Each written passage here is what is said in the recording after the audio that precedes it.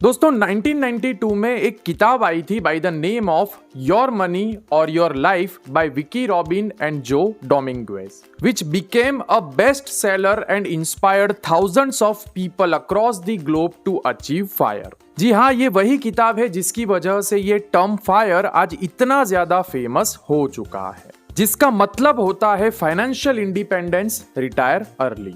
Basically, this is a movement of people which is devoted to extreme savings and investment that aims to allow them to retire far earlier than traditional budgets and retirement plans। दोस्तों आज पूरी दुनिया में जो average retirement age है वो है somewhere around 58 to 65 years, और इस एज से पहले फाइनेंशियल फ्रीडम अचीव करने को कहते हैं फायर, जिसका ये मतलब बिल्कुल भी नहीं है कि आप अपने रूटीन जॉब या काम को छोड़ दें।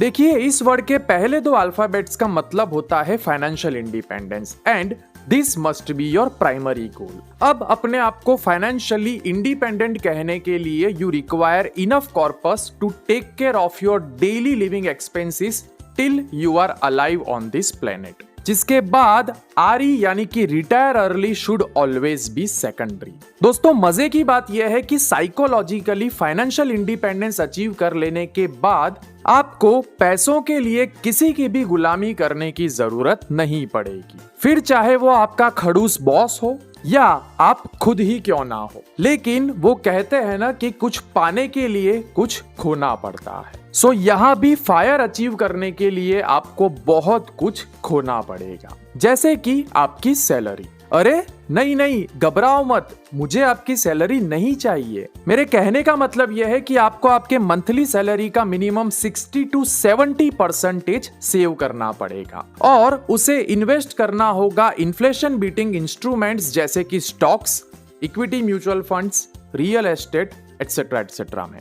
इन्वेस्टमेंट से याद आया कि मैं पर्सनली इन्वेस्ट करने के लिए यूज करता हूं platform of Zerodha, which is India's number 1 zero brokerage firm. If interested, आपको इसकी ऑनलाइन अकाउंट ओपनिंग लिंक इस वीडियो के डिस्क्रिप्शन में और कमेंट सेक्शन में मिल जाएगी। दूसरी इंपॉर्टेंट चीज जो आपको खोनी पड़ेगी वो है rise in your salary.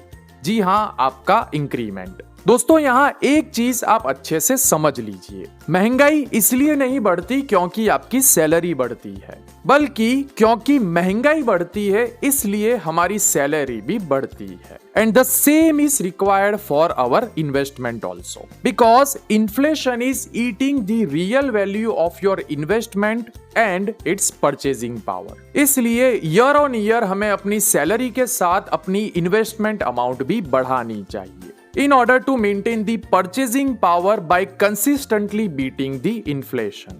See, achieving financial independence is not an overnight game. It's a long-term marathon which requires lots of discipline, consistency and patience. And in order to safeguard your long-term investment portfolio from any kind of unfortunate incident or consequences, you must have adequate life insurance and health insurance for your family, along with minimum 6 to 12 months of emergency fund. Conclusion में दोस्तों कहना चाहूंगा कि please avoid debt if you seriously want to achieve FIRE. Do not lock yourself in huge long-term EMIs in the early 10 to 12 years of your career. Instead, focus on systematic investment plan because small is powerful. Time is the best friend of compounding. Hence, respect your time because time waits for none.